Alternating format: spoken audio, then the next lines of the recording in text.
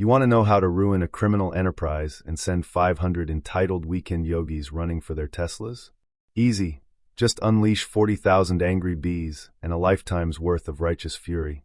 That's what happened on my land when Karen, self-appointed queen of the HOA, decided to turn my grandfather's property into her personal profit machine. Without asking, without paying, and without even a scrap of decency.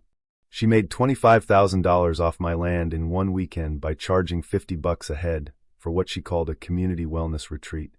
Yeah, and you wonder why rural folks lock their gates. But let me slow down. I'm Wesley Hoffman, retired firefighter, 62 years old, and for the last 3 decades, I ran into burning buildings to save folks. Never thought I'd need to defend my home from a swarm of Silicon Valley dropouts armed with clipboards and gluten-free granola. I've lived on these 15 acres outside Millerville, California, my whole damn life.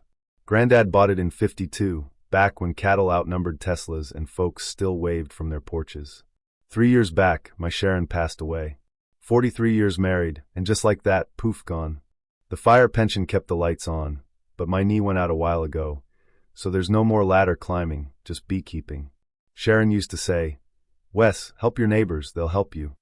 That's what the honey was for. And honestly, bees are better listeners than half my so-called neighbors. Every hive's named for a fallen friend: Rodriguez, Cap Murphy, Jimmy Kowalski. Those bees, they gave me purpose after Sharon died. Kept me moving, kept me sane, and if you want the truth, bees don't gossip. Every morning, I'd brew coffee with honey from my own hives, listen to the hum, 40,000 workers doing their job, asking nothing from anyone. That was peace. Until Karen Westfield showed up. Picture this: white Tesla Model X with blessed plates, yoga pants tight as a tourniquet, 47,000 Instagram followers watching her authentic rural lifestyle. She married Derek, a tech guy who's never had dirt under his nails but wears $200 hiking boots anyway. In 6 months, Karen was HOA president, running community standards like it was her own HOA Hunger Games. The click-clack of her sneakers on my gravel was like a siren, never a good sign. One morning last fall, she comes down my driveway, clipboard in hand, acting like I'm running a meth lab instead of a few bee boxes and a tomato patch. Filed a complaint, said my dangerous beehives were a threat to children and property values. Demanded I remove them or pay $500 a day. Threatened animal control. Claimed my bees violated some livestock code she probably found on Pinterest. Now Karen didn't know I'd spent my life running toward trouble, not away. She also didn't know retired firefighters don't rattle easy. That morning, reading her certified letter in my kitchen, tasting bitterness in my coffee, I decided Sharon was right. It was time to fight. Not with fists, but with facts and a plan. First, Karen tried psychological warfare, a neighborhood safety assessment at the community center. Coffee, cookies, a PowerPoint with pictures of bee attacks she'd downloaded from the internet. Claimed I kept Africanized killer bees. Said I was a menace to public safety. Animal control sent Rodriguez, a different Rodriguez than my hive. Young guy, mostly does dogs and cats. He looked at Karen's slides, then at my fat folder of state certificates, hive permits, letters from happy neighbors, diagrams proving my hives were well back from any property line. Even old Eddie Kowalski next door wrote how my bees doubled his tomato yield. Karen's face went beet red as her fiction crumbled. Rodriguez said, "Ma'am, these are Italian honeybees, gentle as house cats. Mr. Hoffman's operation is legal and registered." Then twist, Rodriguez warns Karen that filing false complaints is a misdemeanor. Karen huffed, promised retribution, and click-clacked her way out. Now here's what most folks don't know. HOA power only goes as far as the property lines written into the deeds. My grandfather's deed predates every subdivision for miles. No restrictions, no HOA authority. Pete Kowalski, Eddie's son and my lawyer, confirmed it. Karen could file complaints till her fake nails snapped, but she couldn't make me do squat. Still, Karen didn't stop. She started the Millerville Community Safety Group online, hundreds of followers, daily posts about reclaiming public spaces. Suddenly, strangers in matching Lululemon were trespassing for wellness walks, laying yoga mats 20 feet from my hives, snapping selfies for Instagram. Derek showed up with NASA-grade surveying equipment, claiming my boundary was all wrong. So I posted "No trespassing" signs every 50 feet, installed trail cameras, and documented every violation. Then came the twist. Derek's fancy survey gear showed his house's septic tank was dumping waste on my land. illegally, for 18 months. Pete just about choked when he saw the photos. EPA fines, county violations, probably criminal negligence, he said. So while Karen kept pushing, she didn't know she'd already lost the high ground. I confronted Derek. He stammered something about surveying error. Karen took to Nextdoor, called me unstable, said I was targeting families.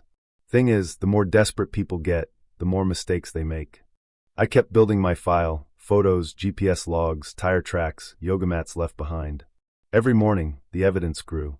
3 weeks later, Karen played her last card. She announced a massive community wellness retreat weekend on Facebook. A 2-day camping festival, $50 a ticket, 500 RSVPs. Food trucks, porta potties, sound system, the works. All on my land. She claimed historical public access, waived forged easements at Deputy Martinez when the sheriff showed up, but I'd already called in my real deeds. Martinez read the fake documents, then told Karen she was in violation of county codes, running a commercial event on private property without permission. Twist of the knife, Derek's laptop, left open on his dash, revealed Streamline Solutions, his company, had been targeting my land for a $20 million server farm. He and Karen had pulled this stunt before, harassed old-timers, forced below-market sales, flipped the land for massive profit. Pete found emails. B-Guy won't know what hit him. 6 months max, and we'll have his land for half price. Game over, right? Not quite, because Karen tried bribing a county inspector, offered him a fat envelope to find violations with my bees.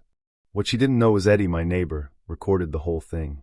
Now we had bribery on top of trespassing, forgery, and fraud. But here's the cinematic part. I'd spent weeks prepping for Karen's retreat. Eddie and I rigged the hives with motion sensors, set to drop entrance gates if the sound system got too loud or if hundreds of feet trampled too close. Saturday dawned crisp and clear. Teslas and Subarus lined my field. Tents sprouted like mushrooms. Karen, in her yoga vest, gave her opening speech. We're reclaiming spaces for healing. She cranked up the bass. That vibration? My bees hate it. Within a minute, the hives released. 40,000 bees erupted, blackening the sky. Campers ran screaming, yoga mats flying, expensive gear abandoned. The food trucks peeled out, the porta potty guys dove for cover. Derek dropped his GPS gear and sprinted. Karen screamed, "Don't let extremist tactics stop community healing," as if bees take orders from HOA presidents. Deputy Martinez rolled up, took one look at the chaos, and shook her head. "Mr. Hoffman, did you release bees on these people?" I sipped my coffee. "No, ma'am. Bees don't like trespassers. Neither do I." The news crew caught every second, Karen yelling, Derek caught red-handed with fake surveys, Jessica Martinez from Channel 7 interviewing me as 500 bruised egos limped to their cars. I handed Jessica the folder, evidence of Karen and Derek's scheme, emails about the server farm, photos of the fake documents, even Eddie's recording of the bribery. She looked at Karen. "Did you attempt to bribe a county official?" Karen went pale, denied everything too late. Martinez had already launched a criminal investigation. Derek was stopped from fleeing, questioned on the spot. By the time the last ambulance left, 23 people stung, 6 needed treatment, every one of them trespassing. Karen and Derek were in separate cruisers headed to the county jail. Jessica's news story led that night. Beekeeper defends land, exposes real estate fraud. 6 weeks later, Karen and Derek pled guilty. Conspiracy, forgery, bribery, trespass, you name it. Derek's business license revoked, their wellness empire in ruins. The HOA dissolved, board resigned in shame. Channel 7's expose won awards. The old-timers I'd defended got their property and dignity back, and the settlement money paid for new thermal imagers for our volunteer fire crew. The rest started a honey delivery program for our seniors. Even my daughter, who hadn't called in years, drove down from Oregon, grandkids in tow, wanting to see the bees that brought down a fraud empire. So here I am, sitting on the porch at sunset, bees coming home, neighbors waving, no more trespassers, no more HOA drama. 3 things I learned: document everything, know your rights, and never underestimate the power of 40,000 tiny allies who don't like being pushed around. Now, I want to hear from you. What's your HOA nightmare? Ever had to defend what's yours from bullies dressed up as do-gooders? Drop your story below. And remember, sometimes justice has wings, a stinger, and absolutely no patience for thieves. Community matters. Truth wins.